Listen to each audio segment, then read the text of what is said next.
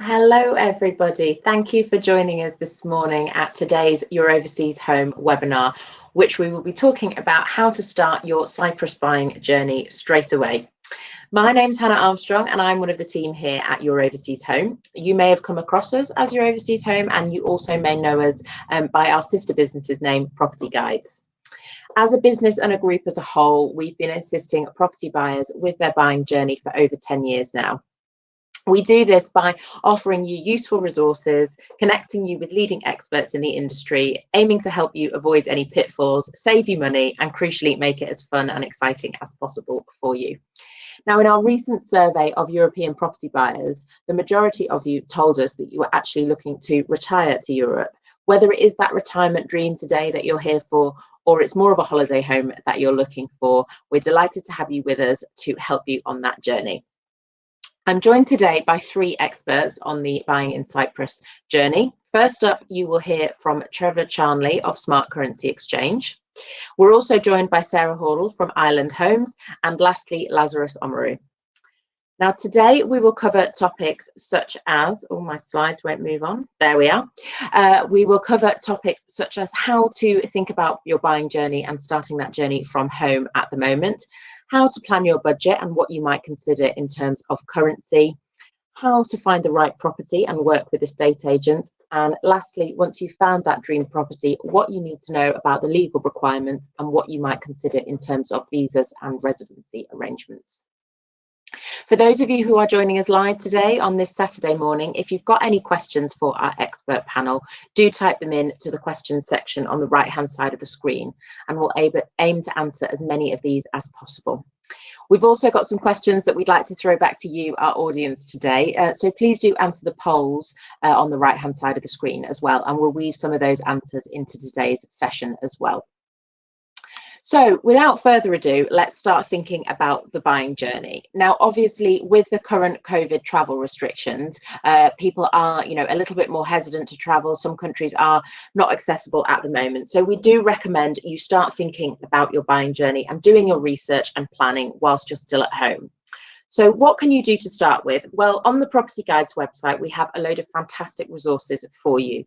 We've got these free buying guides, which you can download, completely complimentary. We've got guides that focus on all countries, including obviously a Cyprus guide.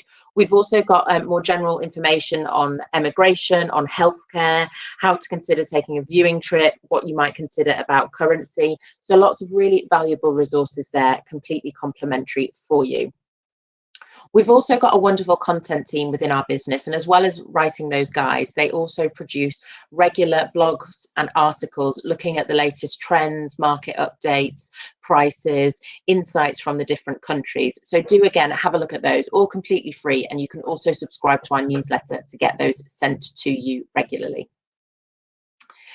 So you've done your research from home, you've subscribed to our newsletters, you've got your Buying in Cyprus guide. What do you want to think about first? Well, we strongly recommend that you start thinking about your budget and about currency to start with. So today I'm joined by Trevor Charnley, who is the that's completely incorrect, Trevor. We've not given you the right job title there. Trevor is our managing director at Smart Currency Exchange, and he's been working within this industry for 10 years now across a range of different businesses. So he's really, really well placed to help you with any questions relating to budgeting and currency. So Trevor, can I ask if you can start by giving us a bit of background in Smart Currency Exchange and how you as a business can help our viewers today? Sure, no problem at all. So good morning, everybody, and welcome. So Smart Currency Exchange has been operating for 17 years, and we help customers move money internationally, hundreds and hundreds of customers every single day. We do have a specialism in overseas property, and we help thousands of customers each year who are making that dream move, whether it be for retirement purposes or for purchasing that holiday home, as Hannah just mentioned earlier. We help customers through the full buying journey. We're not just a transactional service. Currency clearly is not the most exciting part of your overseas buying journey, but it is a really important one, particularly when you're looking at things like your budgeting part of your research journey. It's very tempting when you're looking at an overseas property to go straight in at the deep end and start looking immediately on your property portals and finding those dream properties and reaching out to estate agents. But one of the first steps that's so important to do is to get your budget right, and currency formulates a huge part of that. So it's really important to engage with a company like ourselves from the absolute outset, even if it's just that 5 to 10 minute conversation, so that we can help guide you to understand what your sterling budget is going to achieve in this instance in terms of euros. We'll be able to give you a good feel for the prospective movements that you might see over sterling euro, and subsequently what you should be considering when you're looking in terms of translating that into a European budget. The last thing you want to do is to spend an awful lot of time, energy and effort looking at properties that are either out of your budget range based on currency movements, or indeed looking a little bit too low. You might actually be able to afford a little bit more than you expect. So really important that you engage with somebody like ourselves very early doors. As I say, we tend to over-index in property purchase and sale. We are very well experienced in that particular area. Great, thank you, Trevor. Thanks for that really helpful introduction. So in terms of engaging with you and your team and talking early on, are they able to, or are you on this session today able to just give us a bit of an indication of the sorts of different steps that a customer might go through with Smart when they start talking to you, and what their different options for transactions would be? Yeah, absolutely. So I think the absolute first step is to understand your budget, as I've just mentioned. So what we will do is we'll probably spend an initial telephone call, 5-10 minutes on the phone with the customer when they're in that kind of research phase, and give us a good feel for what they have in terms of budget, in terms of sterling. And then we can talk them through their timeframes and what that translates to, or could potentially translate to, in terms of euros. Even if you look at the most, sterling euro is probably one of the least volatile currency pairs that actually exists in the market. But if you actually look at the last 3 years as an example, the difference between the best rate of the year and the worst rate of the year, on average, is around 10% per annum. And if you imagine that you're going through that overseas property purchase process, from the time that you actually find the property that you are interested in purchasing and making an offer and having that offer accepted, to the time that you actually complete on that property, feasibly you're looking at 3 months if you're lucky, 6 months perhaps. And at which point, if you're considering a 10% variance in currency rates, that €250,000 property that perhaps on day one, when you've had that offer accepted, was going to cost you £200,000, feasibly by the time you come to complete on that property, you might be looking at £220,000. So there's a potential huge shift in cost and affordability, just purely based on those currency movements.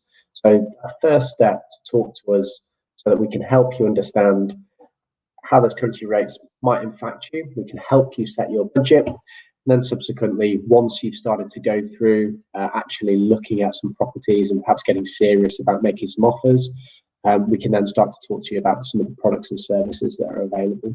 So, for example, one of the most common and popular products that customers use when they're going through an overseas property purchase is something called a forward contract. So once you've got to the stage where you've made that offer, had that offer accepted, you're committed that you're going to try and go ahead with that property, you might want to secure your exchange rate. So a forward contract allows you to agree an exchange rate today for delivery in the future. So in this instance, perhaps you agree a sterling euro price today. You expect your completion to happen in 3 months. We can agree today's exchange rate for delivery in 3 months. So in 3 months' time, when you're ready to complete on the property, you would send us the sterling amount. We would do the exchange and we would send it over to euros to your notaire, solicitor, or to the vendor. But that's all done at the pre-agreed exchange rate that you agreed 3 months ago. One of the main reasons that that's such a popular product is to give buyers that certainty. It means that it doesn't matter what happens over that 3 month period or 6 month period in terms of exchange rates. You know exactly how much that €250,000 property is going to cost you on day one, and it will not move. So that's one of the most popular products that's available. There are also really straightforward spot contracts, which again are also utilised by some customers who perhaps have a bit more risk appetite, I suppose, who aren't necessarily looking to have that level of security, and at which point that's a really straightforward contract that happens around the completion date, at which point we agree a price on the given day, an exchange rate on the given day, the sterling comes over, we send out the euros, and it all happens within a 24 to 48 hour period. The spot contract, again, is something that's utilised, but it does lack that certainty of exchange rate. It does lack that certainty when it comes to your budgeting. So you do tend to find that property transactions do tend to operate with a forward contract, just purely down to buyer preference, so they can have that safety and security. Thanks, Trevor. That's a really helpful introduction to the different products that are available for the customers. You obviously talked a lot there about the forward contracts, which is a great option for people who are looking to buy a home. What happens if they have a change in circumstance once they've booked a forward contract? Property, the purchase happens faster than they were expecting, it's delayed, or, we really hope it doesn't happen, but, what if it falls through? What can you do to help in those circumstances? Yeah, and that does help. It's really common, as anybody on this webinar that's been through a property sale or purchase, whether it's overseas or domestic, can appreciate, I'm sure, that dates move. It's just the nature of it. Again, as I suggested earlier, that we do over-index. We do deal with an awful lot of property-related transactions, so we take that into account and we factor that in. So we are very flexible around the end dates. So, for example, if you were to agree a forward contract today for execution in 3 months' time, and we're approaching the completion date, and actually it turns out that by some miracle your property purchase is going to complete 2 weeks early, it's just about engaging with us and having that conversation. Look, we agreed that the end date, so that the completion date was going to be the end of August, but we've got an opportunity to complete 2 weeks early. We will be flexible with you, and we will do what's called a drawdown. So we will allow you to exchange on the currency contract a couple of weeks early, and therefore allowing you to pay for the property in line with your completion date. Exactly the same on the back end. So unfortunately, this tends to happen more often than the things happening early. Things tend to slip. So again, same kind of thing. So if you're getting towards your completion date at the end of August, and actually it looks like some of the documentation isn't in place or isn't ready or whatever it may be, and actually it looks like that date might move backwards by 2 weeks or whatever it may be. Again, same kind of things applies. Make sure that you engage with us early. Make sure we're having those conversations. And again, we can do what's called a roll, and we will move that value date to a point in the future. And then the third piece is, if you do get to a scenario where for whatever reason that property purchase or sale falls through completely, most customers where that happens, they will typically then go on to a new property purchase or another property purchase or sale, because ultimately they're not necessarily just going to give up on the dreams of owning that dream home in Cyprus. Again, in regards to flexibility, it's all about engaging with us early, letting us know this property's fallen through, and again, we will roll that contract on to account for the buying process for the next property. If for whatever reason it falls through completely, and actually you decide, I'm not going to go through with this at all, I'm going to stay here in the UK and not actually go and move to Cyprus at all, then we would have to cancel that contract down in full, sell the currency back to the market, and there may be a profit or loss associated with that based on what the exchange rate is on the given day. Great, that's very helpful, Trevor. I hope that answers the customers' questions. And in terms of this is always the tricky question with your crystal ball, but do you have any kind of sense of what might happen with rates? What would be a good time for a customer to fix that rate, with a forward contract? Yeah, I'll take a gander into my crystal ball. I think I would be foolish, and as anybody would be in currencies, to try and predict the currency markets. I can assure you, if that was the case, I probably wouldn't be here this morning. I'd probably be on the beach somewhere. But in terms of where we are comparatively speaking, so if you look at the sterling euro rates over the last 12 months or so, we saw some quite significant lows in September 2020. Where we are right now, we are 8% better than where we were in September 2020. So comparatively speaking, we are in a relatively good spot. And as a result, many customers are many customers are getting their exchange rates secured for their upcoming property purchases, as we are right now, because of that comparative benefit of where we currently stand compared to September 2020. In terms of how things are progressing, UK largely very positive in terms of our vaccine rollout program, and that's predominantly the reason for that sterling strength versus the euro. It's tough to say what's going to happen over the next 6 months.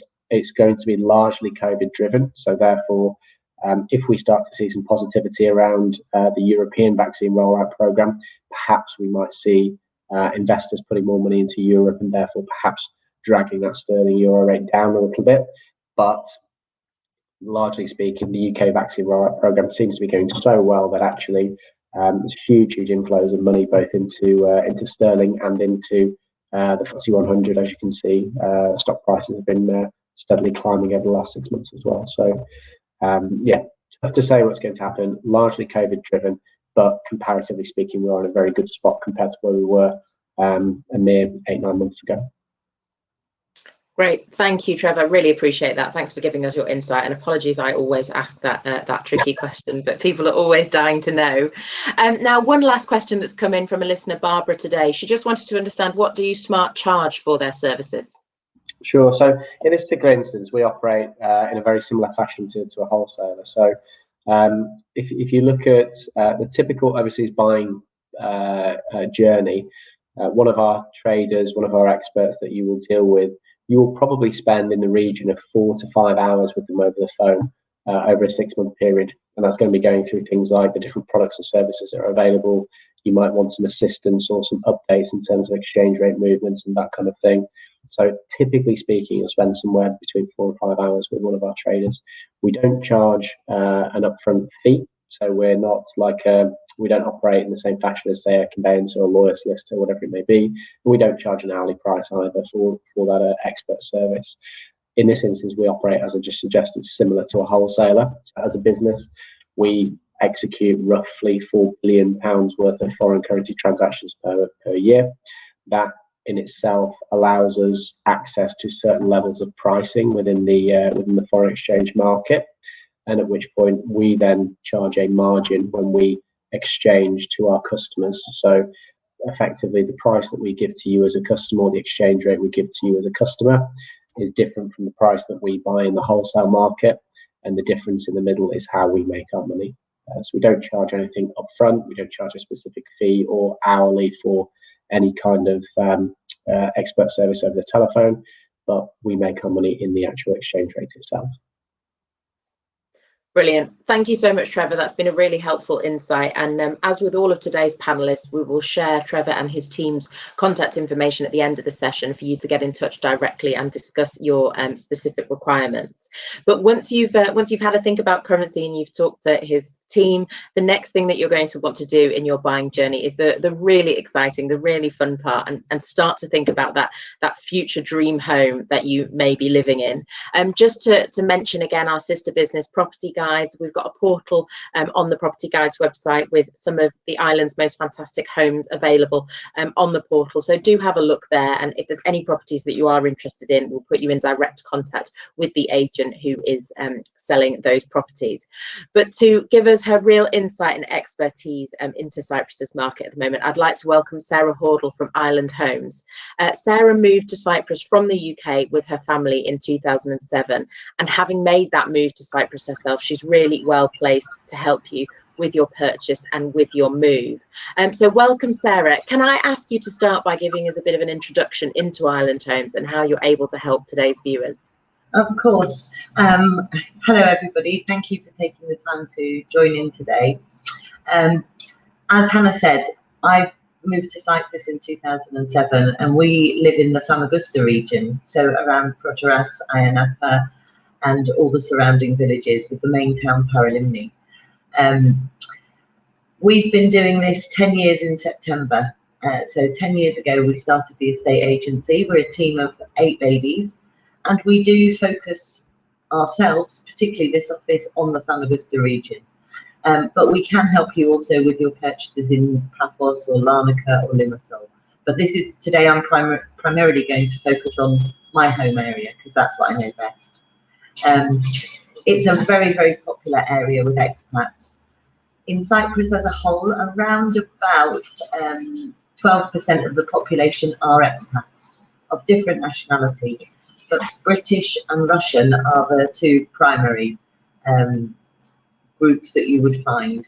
And then we've got lots of Israelis and Lebanese, and it's a really wonderful mishmash of different cultures and people. So you'll find a very, very warm welcome. Properties for sale in this area, they're changing all the time. The areas are evolving. It's really good value for money, and it's just a wonderful place to live. Sounds wonderful. Thank you, Sarah. In terms of that, you mentioned there about the properties.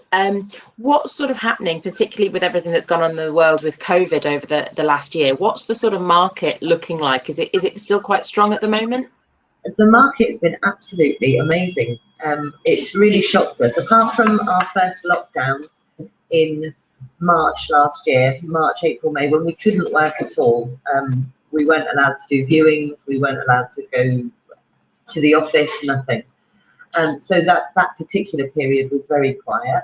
But since then, with various lockdowns in between as cases go up and cases come down, we've seen a tremendous demand for property, not just from overseas, but also from the local market. We are blessed to live in an area which is very, very popular with Cypriots for their holidays as well. The beaches here are amazing. The climate is amazing. You know, I'm going to the beach after we finish here. There's a bikini on under my work dress. So we have a terrific opportunity. And what we've also seen is that a number of clients, much larger than expected, have been buying through virtual viewings. They've been contacting us. We do an individual viewing for the client, not just of the property, but also of the surrounding areas. You know, we take them driving in the car. Most of those people know the area. They know what they're looking for, so they have some idea. They're not completely green to Cyprus. Sorry, Sarah, I've just turned your camera off because we're having a few connection issues. So I think if you don't mind, it might be a little bit easier if we just remove the camera for now so we don't lose your audio. Okay, no problem at all. Yes, so many people have actually bought virtually, which has been a surprise to us, but they want to have their home ready for when they can travel. And the vaccination program in Cyprus is going extremely well. We have vaccinated now, I think up to yesterday, 52% of the population have had their first vaccine, and around about 18% have had their second. And that is going on at a very, very fast pace as we speak. We are currently on the amber list for the UK, but the news reports are intimating that within 2 weeks we should be on the green list. But it's, again, very surprising how many people are travelling to buy property even now that the flights have opened up. So we're very busy. The girls are all out viewing today with clients. We've had 3 offers this morning, so I need to work on those later. And nothing's changed. The prices have stayed stable. For us, the most difficult part at the moment is actually to get new stock, because foreigners who own homes here haven't been able to come over to put their properties on the market.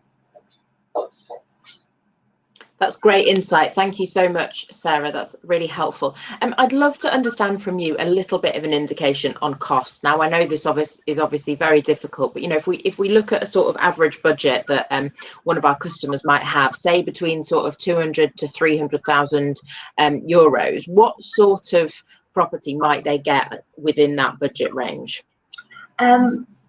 If you want to be very close to the sea, and I'm talking, you know, within 500, 600 meters of the sea, you can probably get a 2-bedroom house with a little pool of around about 1,100 square feet. So, you know, a decent sized property. If you want to be a little bit further inland, say 10 minutes drive to the beach, you'll be able to get a lovely 3 to 4 bedroom home with a pool and a nice sized garden, around about 1,600 square feet of house. And for, you know, towards over 200,000, you'll be looking at a brand new off-plan property, all singing, all dancing. So the budgets are really good. Alternatively, you know, you can buy a little flat, a 2-bedroom apartment with a nice outside veranda, communal pool, for around about £100,000, £120,000. So there's some really good choices. That's brilliant advice. Thank you so much for that. And we've had a question in actually from Karen this morning, who wanted to understand what opportunity there is for price negotiation. Is there a culture of that, or do people generally sort of pay the asking price? There is definitely an opportunity for price negotiation, not on every property, but typically you can look between 5 and 10% discount on the asking price. In some cases, the properties end up going for more than the asking price because they're very sought after. But generally, there is always a little bit of wiggle room, especially if you're a cash buyer with the money ready. That's great, thank you.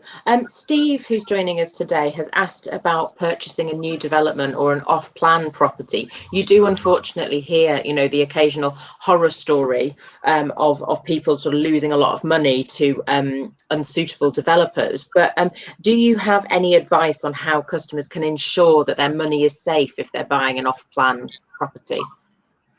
Well, in Cyprus, a few years ago, this kind of issue did arise, and we're talking about 15 years ago. So Cyprus obviously is very, very keen to bring expats to the country. They love the British, they love the Russians. So we changed our laws to protect buyers of off-plan property from 2015. So buying off-plan now is completely 100% safe. The money is ring-fenced. There can be no loans on the property before you buy it, which is different to how it used to be. The stage payments that you make are only made when the construction is done to a level. If that developer were to disappear, there is insurance in place so that another builder can come in and finish the job. So I would be 100% confident in buying an off-plan property now. We only deal with reputable developers who have a history, who have bank guarantees in place, and we know sometimes new ones come in and want to start up. That's not for us. We wouldn't advise our clients to head that way until somebody's got a track record. Great, that's really helpful advice, Sarah. Thank you so much. And Steve, who asked that question, I hope that's put your mind at rest there. Thank you. I wanted to talk about the environment with families. Obviously, you moved out to Cyprus with your family. We do have a lot of customers who are looking at a retirement home, but some people looking to relocate with children. Is it a good place to relocate to with children? Is it easy to get kids into local schools? Do you have any advice on sort of relocating with a family? I do. When we moved, our son was 18 months old and he'll be 16 in September. He went through Greek nursery, Greek school, and now he's in an international school for his high school education. So he's just sat his first 2 GCSEs. The rest will be next year. It's a wonderful place to bring up children. It's very innocent. They're not exposed. You'll find that the children who are growing up here they just have a little bit of a different way. They're not exposed to the things that kids in the UK are. Of course, they still love their computer games and this, but it's an outside life. So everything is based around sports and activities and picnics and beaches and water. And so the children grow up much healthier. The diet is really healthy here as well. The food is really good. And I am so glad that we were able to give our child, firstly, a bilingual upbringing, and secondly, the freedom, because Cyprus is also an extremely safe country. So from the age of 8, he's been going out with his friends on their own, 8, 9, to wherever they want. People know you, they look after your children. And the Greek culture is very much based around children. So they're welcome in every restaurant. They're welcome in every bar. There is no place that you cannot take your children, apart from a few select holiday destinations where they aim for adult only. But it really is a lovely, lovely way to bring your children up. One important fact to mention, though, is that since Brexit, you can't actually work in Cyprus unless you get a work permit. And that is something that people have to go through a procedure to be able to get. And it's not as easy as it was before Brexit.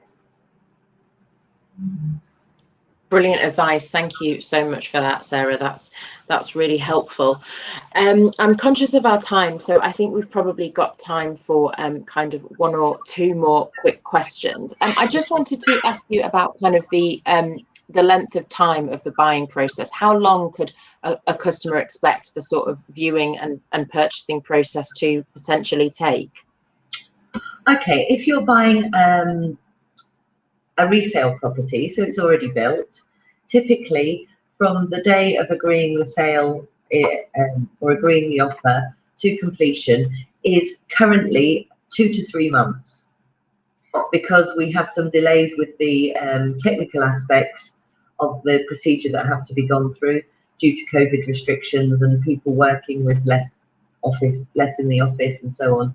But typically, before COVID, I would say 6 weeks to 2 months. At the moment, it's 2 to 3 months. If you're buying an off-plan property, it will be much faster in terms of the point of paying your deposit, getting the build started, and then from agreeing the sale to completion of build is typically around 14 months. That's really helpful. Thank you so much, Sarah. One last question I wanted to ask, just about costs in particular, and obviously it's really helpful that you know, being from the UK yourself, you'll be able to support with the comparison. But what's the sort of typical utility bill and kind of monthly costs that somebody might look for on their property, perhaps compared with what they're used to paying here in the UK? Well, it's an awful lot less, Hannah. Property taxes, let's say in the UK you have council tax, which for most people is around about £200 a month. Your total property taxes in Cyprus will probably be equivalent to 2 months of your council tax. So for a 3-bedrooms house with a pool, you'll be looking in total at around €450 per year for property taxes. Then you've got internet, electricity, water. The electricity, again, is down to usage. Most people's water bills come in at around about €10 a month, €30 every quarter, because the bills are issued quarterly. And electricity bills, if you're a heavy user of air conditioning in the summer, you can be paying around about €200 a month maximum. If, like us, you don't use much air conditioning, and we have photovoltaic panels on our house, we pay €58 every 2 months for our electricity. And that's running a big house and a swimming pool and lots of fridges for the Keo. That's brilliant advice. Really. Thank you so much, Sarah. I said that was the last question, but I told a little white lie there. We've had a question in from a customer, Linda, who just wanted to ask what the rental market is like in Cyprus. And I guess a couple of questions on this. First of all, is it easy for a customer to secure a sort of medium-term rental? So maybe 2 or 3 months, so longer than a holiday, but, you know, not a long-term rental, whilst they come and explore the island and look at properties. So that's one question. And then moving on from that as well, if somebody was buying a property as a holiday home, is there a strong rental market for them to be able to rent that out when they're not using it themselves? Okay, to answer the first question, a 2 to 3 month let is a little bit more difficult. It depends on the time of year that people are coming. If somebody is using that property for holiday lets in the summer, they probably won't want someone in there for 2 to 3 months during the peak period, because that's when they can make their main money. But if they're coming in, you know, October, November, then it's easy enough to find somewhere. There's plenty of availability. Typically, a rental contract would run for, other than those small ones, it would run for a year. And actually, if you're coming to look, get a feel for the area before you decide to buy, I would suggest that you take at least a 6-month rental, so that you decide that, so that you know exactly that you're happy with the area that you've chosen. For properties close to the sea, in Proseras, Panera, Caparis, Ayia Napa, for example, there's a huge market for holiday lets, and many people, ourselves included, have holiday let properties. We have a long season because the weather is so good. So typically from the beginning of March till the end of October, you can find that property rented. Of course, there's competition, so you need to keep your property in tip-top condition and make sure you're offering a great experience to your clients. And then you'll find they come back time and time again. And the rental returns are very good. Fantastic. Thank you, Sarah. That's been a really helpful insight there, and I hope that's answered those questions that have come in. As with all the panelists, we'll share Sarah and her team's contact information at the end for you to get in touch and talk about your specific requirements. But it certainly sounds wonderful. You sold it to me, Sarah, so I might be the first person on the phone seeing what I can afford in Cyprus. Thanks, Hannah. Thanks. Lastly, I do want us to think about the legal advice that you'll need. Once you've found your dream property, you're going to need to think about the legal arrangements of purchasing the property, and also you might want to think about your visa and residency opportunities in Cyprus. So I'm delighted to have Lazarus with us today from Omaru and Omaru Law, based out in Cyprus. Lazarus is a member of the Cyprus Bar Association. He speaks Greek and English fluently, and he's really well placed to be able to support and help you today. So welcome, Lazarus. Thank you for joining us. Can I ask by getting you to tell us a little bit of background into your business and how you're able to help our property buyers? Yes, of course. My name is Lazarus Omiru, managing partner and lawyer at Omiru and Omiru LLC, which is a law firm that is based in Paphos, Cyprus, but having clients and affiliates, other law firms all over the island. The law firm was founded back in 1975 by our uncle and our father, so we are a family-owned business and a boutique law firm. And our main areas of practice are immigration law, immovable property and real estate laws, inheritance law, wills and trusts, banking law, and commercial and civil litigation. Throughout all these years, we are very happy to keep and build a very solid portfolio of satisfied clients, especially in our district, Paphos, where a very successful British expats community is built and supports the financial life of the whole district of Paphos. Fantastic. Thank you, Lazarus, for that wonderful explanation and introduction to how you can help us. So we do have a few technical questions about the buying process and about visas. I wanted to first ask, do customers need to get a property survey? In the UK, we're very used to having a survey on properties that we're going to purchase. Does the process work the same in Cyprus? Yes, it's absolutely at the discretion of the client, provided that if you get a building survey, that may prevent you from save you from unexpected costs. So it is strongly advisable for someone to ask from the services of, for example, a civil engineer.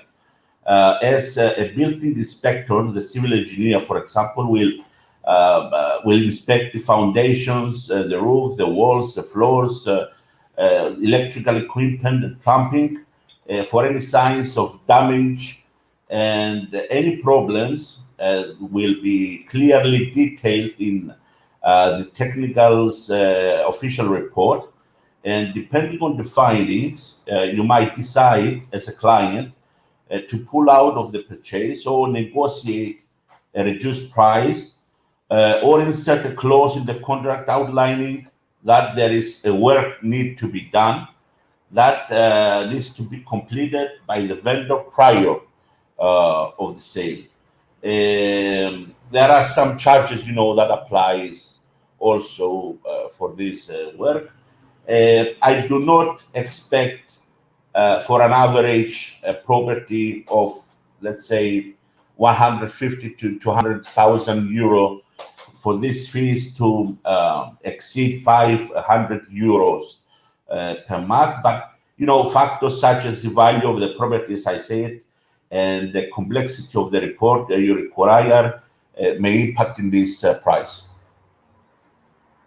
Brilliant. Thank you. That's really, really helpful. And thank you for giving us an indication of the cost as well. That's really useful for our listeners today.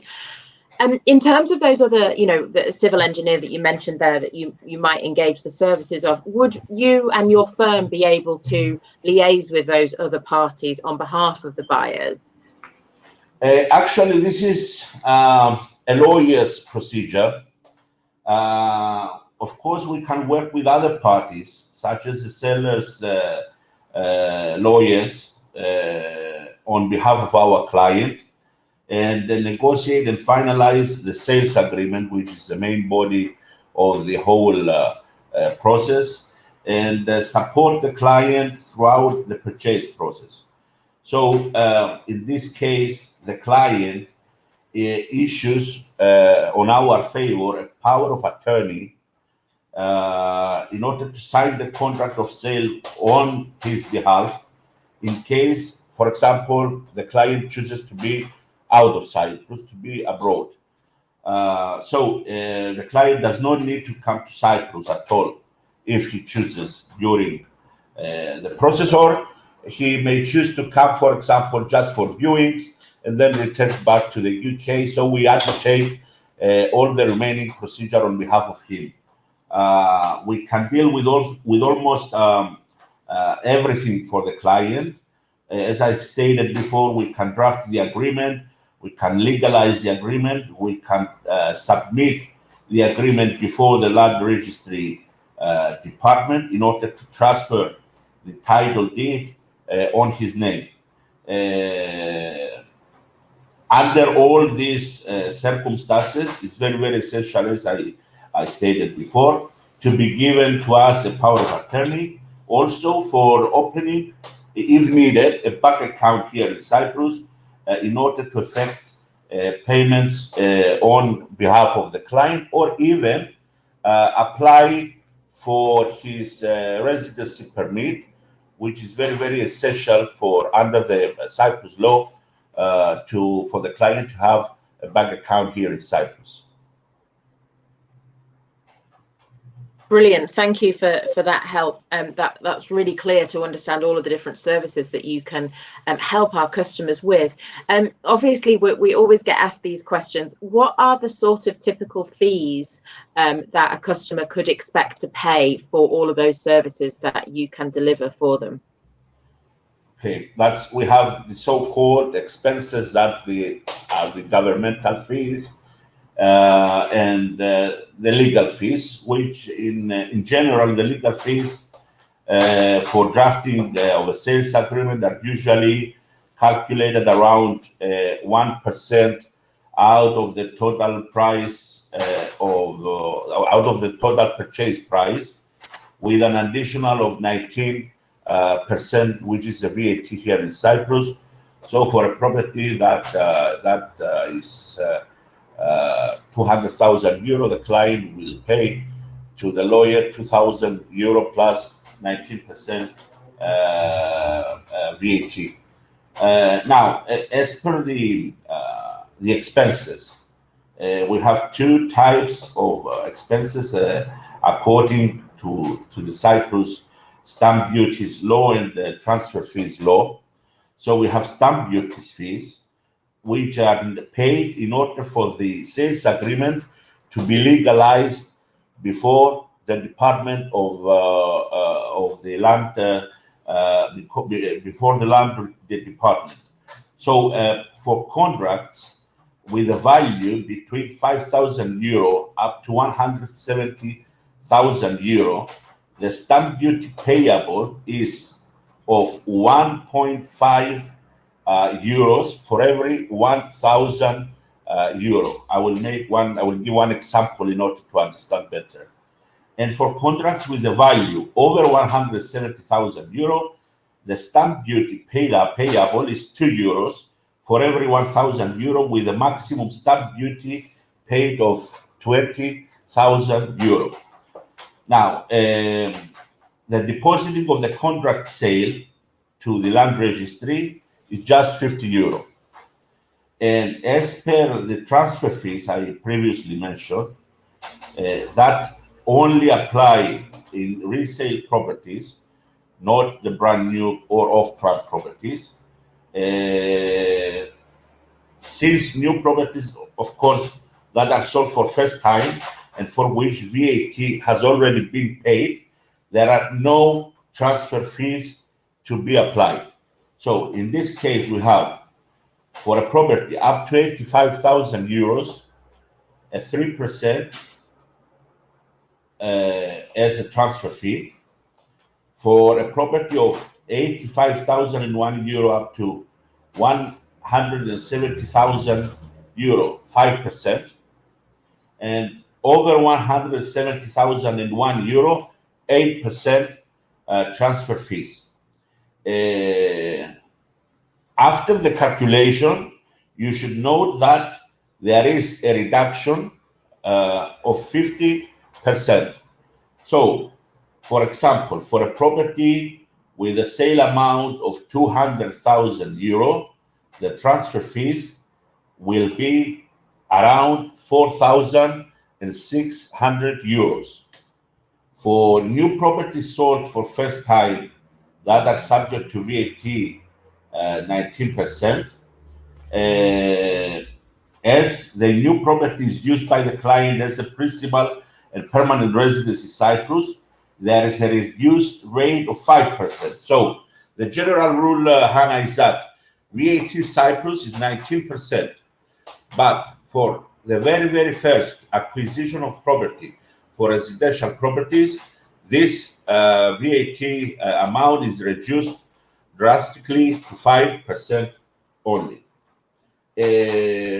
Last but not least, I would like to state that there was a governmentally movable property tax that has been abolished around 3-4 years ago. There are only some immovable property taxes that are charged by the municipalities or the community councils that are around 150, 170 euros per annum, while there is no inheritance tax in Cyprus.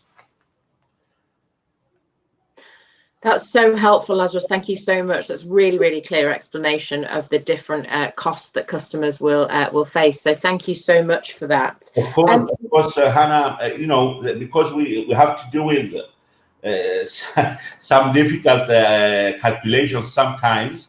Any interested party can send us an email and state clearly how much they need to pay for their new property. Brilliant. Yeah, we'll definitely make sure we share those contact details at the end, and we encourage people to get in touch with their particular circumstances.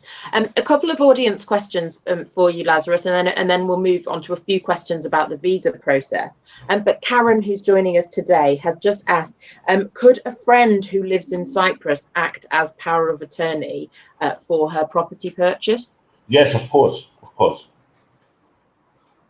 The procedure is exactly the same. It will be guided and assisted by the lawyer of the client, but of course, someone who is in Cyprus can undertake to be given to him power of attorney. Wonderful. Thanks for clearing that up, Karen. I hope that answers your question for you. Now, Lazarus, a couple of questions have come in about visa application process.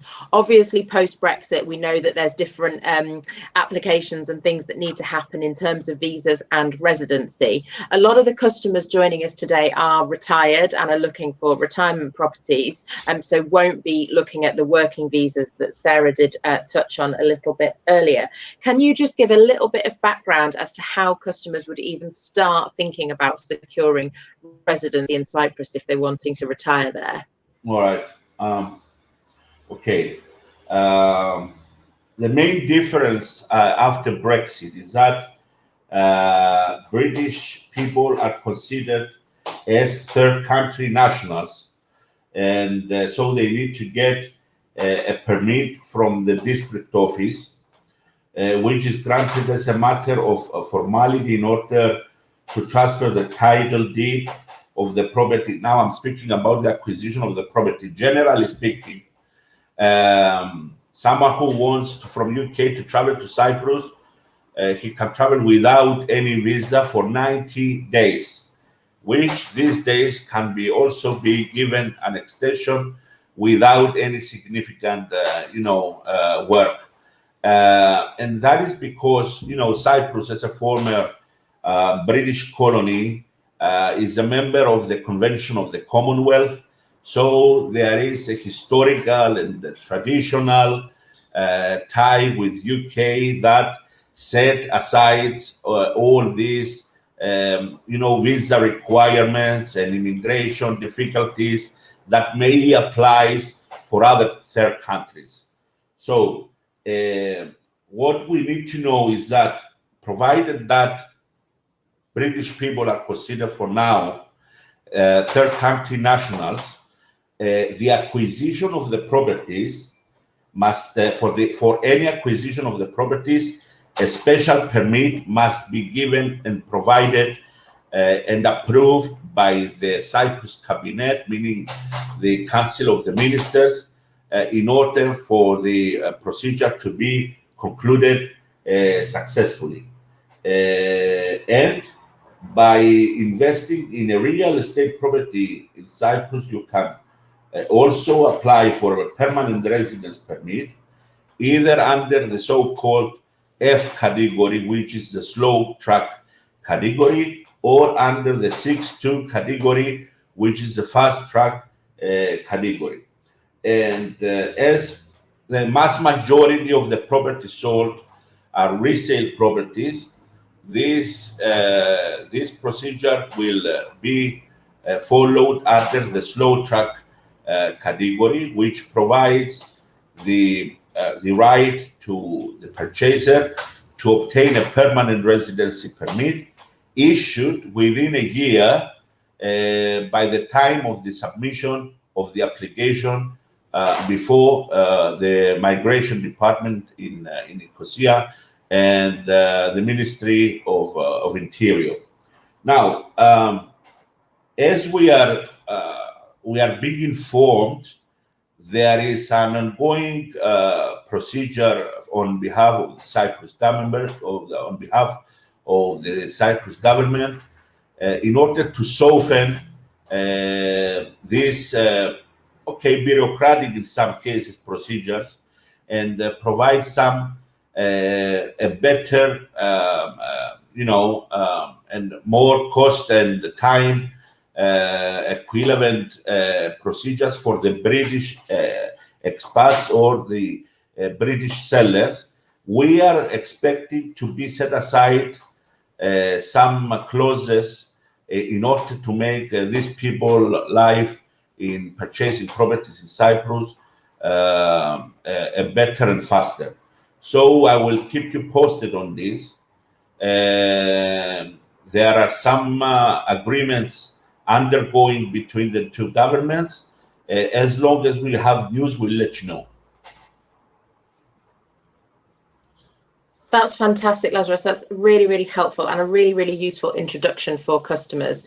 We've have had a few questions in from customers about their specific requirements and personal circumstances relating to length of time and temporary residency visas and convictions and things like that. So we're going to share Lazarus and his team's details at the end and ask you to get in touch with those specific queries. But that was a really, really helpful introduction to the process there and what customers can expect. We've got time for just a couple of quick things before I wind up today. I just wanted to mention our customer service team at Property Guides today, who are on hand to assist buyers wherever in the world you're looking to purchase. Yasmin is our Cyprus expert, and she's at the end of the phone always to answer any questions that you've got, understand your plans in a little bit more detail, and put you in touch with all of the relevant people who can help you. Obviously, of course, she can directly put you in contact with Sarah and Lazarus and Trevor, who've joined us today, and anybody else who may be able to support you with your buying journey. In terms of our other webinar sessions, we've got a session coming up in a few weeks' time that's going to focus on finances for your move to Cyprus, so what to do about pensions, about your tax requirement, about inheritance and things like that. So do head over to the Your Overseas Home website if you do want to register for that. As promised, I've got all of the panelist details on screen now. Do get in touch with them, and they will be able to support you in this exciting next step to buy your home in Cyprus. And we'll also pop a link up on your screen at the moment to the Property Guide site. That's got access to the portal that I mentioned earlier, to all of those blogs and articles from our content team, and crucially for those free downloadable guides that can help you with your journey. So all that's left for me to say today is thank you to all of our panelists for all of your expertise. It's been really, really brilliant, a really enjoyable session, and I'm certainly sold myself on the idea of a move to Cyprus. And thank you to all of the customers who are listening, whether you're joining us today on a slightly dreary Saturday morning here in the UK, or whether you're catching up with us on demand. It's been great to have you with us, and we wish you a really, really successful and happy move to Cyprus.